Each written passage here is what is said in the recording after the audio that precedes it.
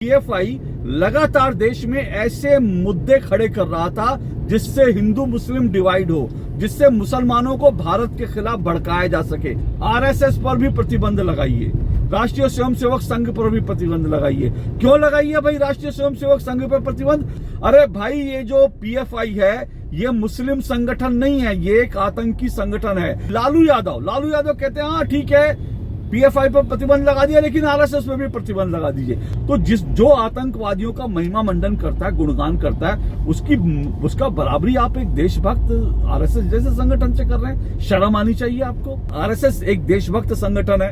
RSS एक ऐसा संगठन है जो भारत को मजबूत बनाने के लिए वो लगातार काम करता है। अधीर रंजन चौधरी कांग्रेस के नेता हैं, बड़े नेता हैं, कह रहे हैं मुझे सबूत दिखाइए पहले पीएफआई के खिलाफ। अब अधीर रंजन चौधरी का देश में सुप्रीम कोर्ट से ऊपर है, लेकिन पीएफआई पे बैन लगाया तो आपके पेट में दर्द होने लगा, मरोड़ उठने लगे। क्यों उठने लगा दर्द आपके पेट में? पीएफआई से आपका क्या रिश्ता है? तो देश की जनता की जिम्मेदारी है ये जो सेकुलरवाद के नाम पर हिंदू मुस्लिम का जो कार्ड खेलते हैं, मुसलमानों का तुष्टीकरण करते हैं, आतंकवादियों के जो संरक्षक बन जाते हैं, भारत की जनता की जिम्मेदारी है इन लोगों को सबक सिखाएं।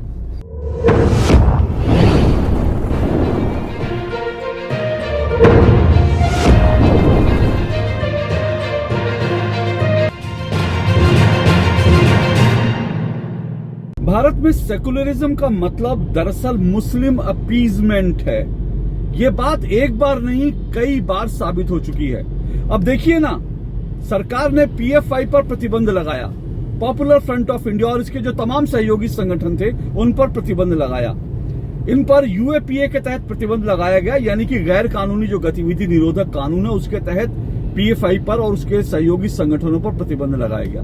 क्यों लगाया गया? क्योंकि ये पीएफआई लगातार देश में ऐसे मुद्दे खड़े कर रहा था जिससे हिंदू मुस्लिम डिवाइड हो, जिससे मुसलमानों को भारत के खिलाफ भड़काया जा सके। न सिर्फ भारत के मुसलमानों को भारत के खिलाफ भड़काने की साजिश है पीएफआई की, बल्कि साथ साथ पीएफआई भारत को दुनिया भर में बदनाम करने की भी लगातार कोशिश कर रहा था कि भारत एक ऐसा देश है जहां पर मुसलमानों की सुनी नहीं जाती, जहां पे मुसलमान जो हैं उनके ऊपर अत्याचार हो रहा है। इस तरह के लगातार पीएफआई नैरेटिव कर रहा था और इसीलिए पीएफआई पर भारत सरकार ने प्रतिबंध लगाया, जो एक बड़ा सही फैसला है। इससे पहले कई राज्य सरकारें, कई अदालतें जो है कह चुकी हैं पीएफआई पर प्रतिबंध लगाने की, वो सिफारिश कर चुकी हैं। अल्टीमेटली ये पीएफआई जो है टर्की से, चीन से, पाकिस्तान से, इन सब जगह से, खाड़ी देशों से इसके पास पैसा आ रहा था और वो भारत को तोड़ने की, भारत को कमजोर करने की साजिश कर रहा था। 2047 तक भारत को वो इस्लामी मुल्क बनाने की उसके षड्यंत्र पर काम कर रहा था।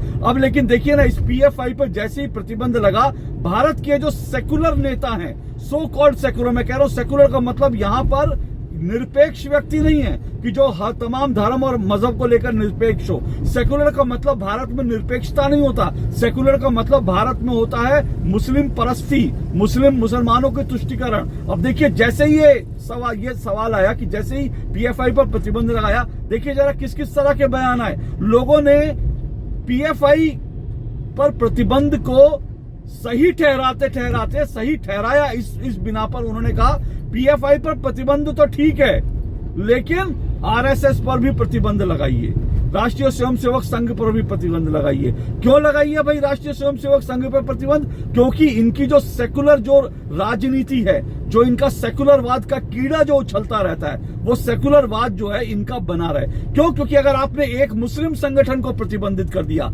तो फिर एक हिंदू संगठन को भी प्रतिबंधित करिए, तब ये इनका सेकुलरवाद होगा।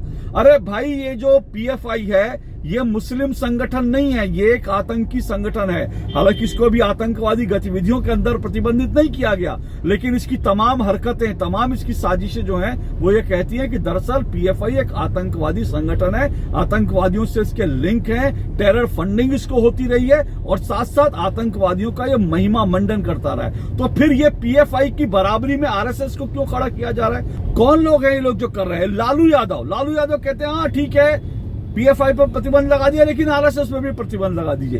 कांग्रेस के सांसद कहते हैं पीएफआई पर प्रतिबंध लगा दिया, आरएसएस पर भी प्रतिबंध लगा दीजिए। मुस्लिम जो कट्टरपंथी हैं, जो शाहीन बाग गैंग के लोग हैं, वो क्या कहते हैं? हाँ पीएफआई पर प्रतिबंध लगा दिया, आरएसएस पर भी प्रतिबंध लगा दो। क्यों भाई?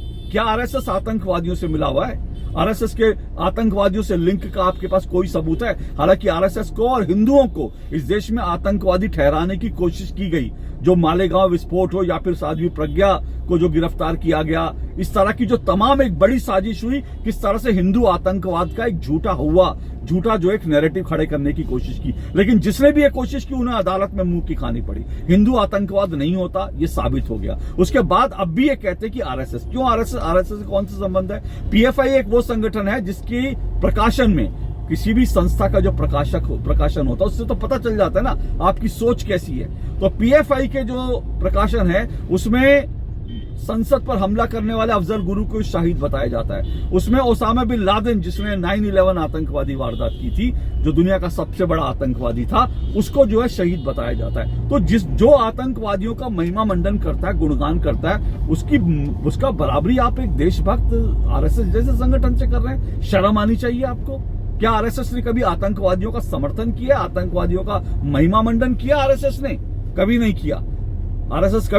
आरएसएस एक देशभक्त संगठन है। आरएसएस एक ऐसा संगठन है जो भारत को मजबूत बनाने के लिए वो लगातार काम करता है। आप आरएसएस की तुलना जो है वो पीएफआई से कर रहे हैं, आपको शर्म नहीं आती? ये कितने बेगैरत लोग हैं। अधीर रंजन चौधरी कांग्रेस के नेता हैं, बड़े नेता हैं, कह रहे हैं मुझे सबूत दिखाइए पहले पीएफआई के खिलाफ। अब अधीर रंजन चौधरी का देश में सुप्रीम कोर्ट से ऊपर है, या देश की अदालत, सबसे बड़ी अदालत अधीर रंजन चौधरी ने अपने घर में खोल रखी है, या कांग्रेस के नेताओं ने खोल रखी है। राशिद अलवी कांग्रेस के नेता, वो कहते हैं मुझे तो पीएफआई के खिलाफ ऐसा कुछ दिखता नहीं कि उस पर प्रतिबंध लगाया जाए। मतलब आपकी आंखें जो है वो उनमें मोतियाबिंद हुआ है, या आपकी नजरें कमजोर हो गई है, या फिर आपकी दृष्टि नहीं बची है। इस देश में पिछले जितने दंगे हो रहे थे उस सब में पीएफआई का हाथ निकला। यहां तक कि राजस्थान में कांग्रेस की सरकार, केरल में सीपीएम की सरकार, सबने कहा कि पीएफआई एक आतंकवादी संगठन है, सबने कहा पीएफआई पर प्रतिबंध लगाओ, सबने कहा पीएफआई जो है वो जो है दंगे कराने की साजिश करता है, आतंकवादी टेरर फंडिंग है।